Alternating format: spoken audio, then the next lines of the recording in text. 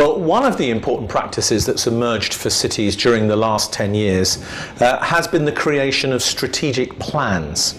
I've been lucky enough to be involved in creating the strategic plans for London, for Toronto, Auckland, Cape Town, Sao Paulo, Barcelona, and many other cities. I act as an advisor on strategic planning. And these strategic plans really contain within them three things that cities don't otherwise do.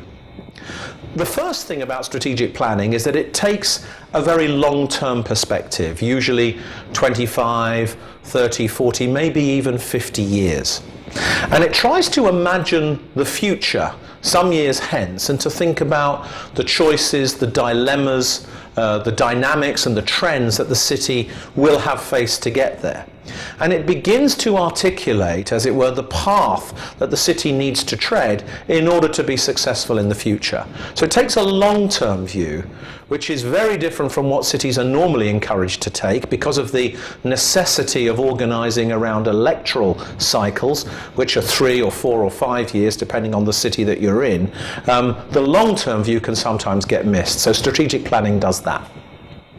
The second thing strategic planning does is to try to bring together different aspects of what a city is responsible for. So it will link together thinking about land use planning with thinking about transport and housing. It will link together conversations about energy, and particularly a drive for a lower carbon, more energy efficient city, with a discussion about public buildings, a conversation about education and skills and other things. It will link together economy, environment, society, governance in new ways, and it will try to produce an overall synthesis that shows not just what the combination of all the other plans means, but which particular projects, initiatives or priorities have the scope to have the greatest impact in the largest number of areas. So, for example, many cities discover that transport is not just a means of moving people and goods from one place to another, but transport actually determines the overall pattern of land use within a city. And that land use pattern can be determined in ways which is either more or less energy efficient, more or less socially coherent, more or less economically productive. So transportation becomes not just a way of moving people, but it becomes an organising idea for other aspects of the plan. Similar things can be said about city centres. They can be said overall about the skills base of a population. Certain things end up being the catalytic projects that enable the city to behave more as an integrated whole and less as a series of separate departments. Now, the third thing that strategic plans do is they look beyond the city. They look firstly at the wider environment, try to understand the demand side of the economy or try to understand the broader demographics. But more directly, they focus on the behaviours of national governments and regional governments, private sector partners, neighbouring authorities and others. And they try to create what one might call a compelling proposition.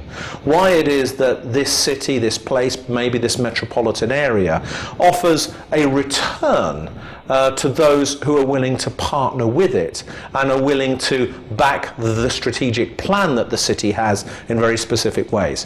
So often this results in some more positive-oriented diplomacy with national government, and it results in the city creating within its strategic plan a kind of investment prospectus, if you like, for private sector partners, demonstrating to them that if they back this plan, the city's going to do everything it can to ensure that they get the kind of return they need from their investment.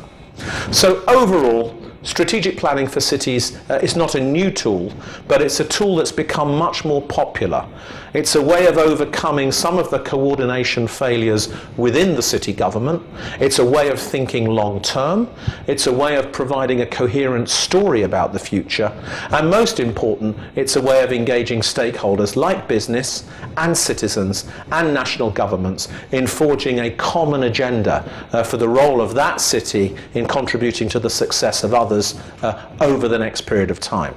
That's why strategic planning is becoming very successful and very popular as an activity of city leaders.